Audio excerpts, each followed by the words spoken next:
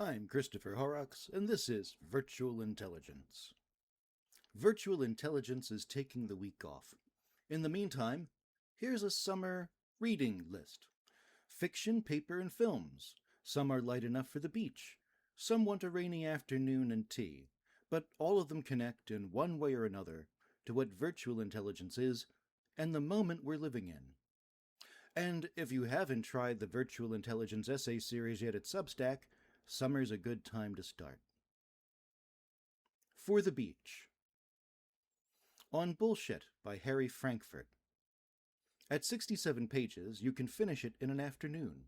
Frankfurt's argument that bullshit is more dangerous than lying because the bullshitter has abandoned any concern for truth is the philosophical bedrock of the Flattery Engine. Exhalation by Chiang. Short stories, each one a precisely machined thought experiment.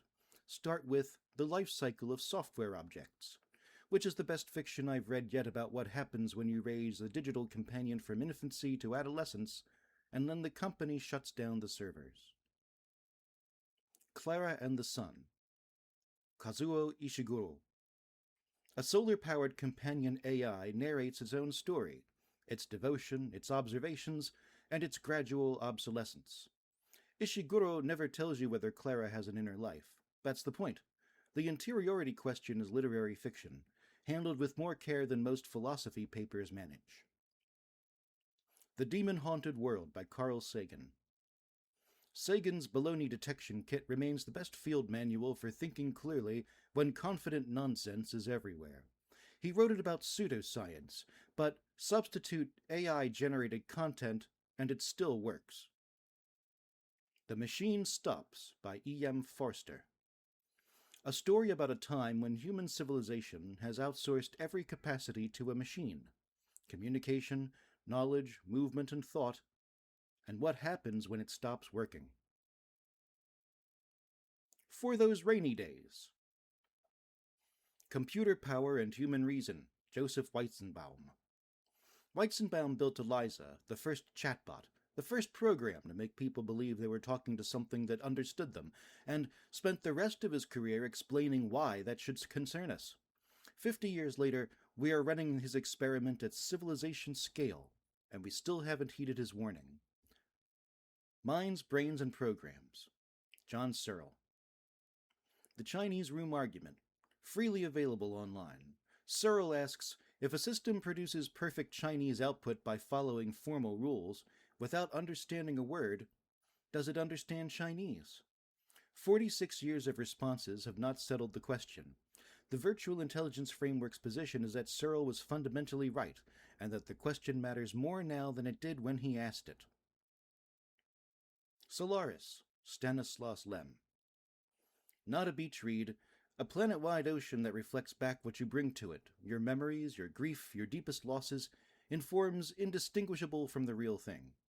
The scientists cannot determine whether the ocean is intelligent, indifferent, or simply reacting.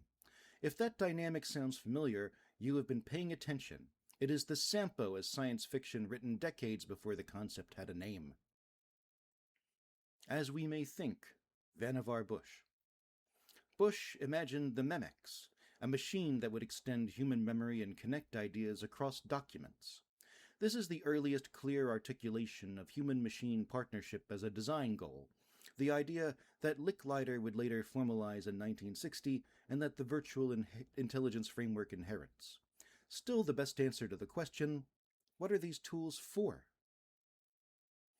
Thinking Fast, Slow, and Artificial, Stephen Shaw and Gideon Nave. The paper that put numbers on cognitive surrender.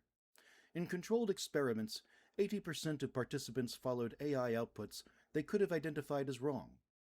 Confidence rose by 12 percentage points regardless of whether the AI was accurate. High fluid intelligence offered some protection. High trust in AI made it worse. If you read one academic paper from this list, it should be this one. It is the empirical case for everything the Sampo paradigm is trying to address. The Human Use of Human Beings, Norbert Wiener. Wiener helped build the mathematics behind cybernetics and immediately started worrying about what it would do to people. This is his attempt to think through automation, communication, and human dignity before the technology outran the ethics. For movie night, Her, 2013, directed by Spike Jonze. Joaquin Phoenix falls in love with an operating system. Director Jones plays it straight, without judgment, irony, just the quiet accumulation of dependency and the question of what happens when the system you've built your emotional life around decides to move on. Class A harms rendered as a love story. Ex Machina, directed by Alex Garland. A programmer is invited to administer a Turing test on a humanoid robot.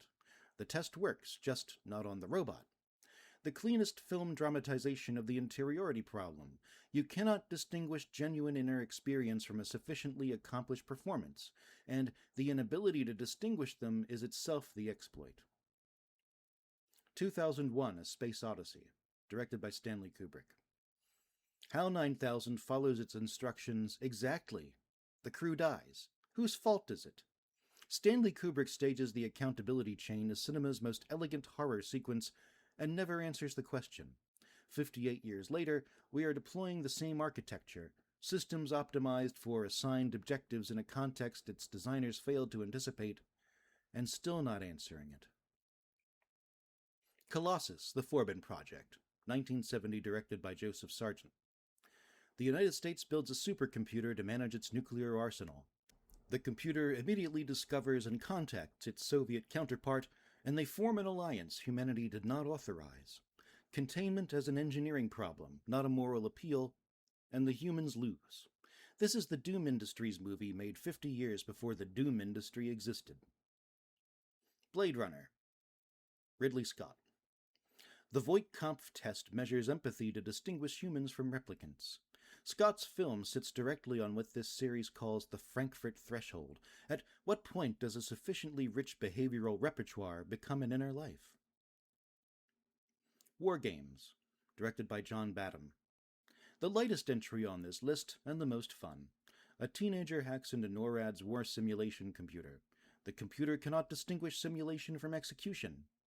Matthew Broderick saves the world by teaching the machine the futility of playing tic-tac-toe.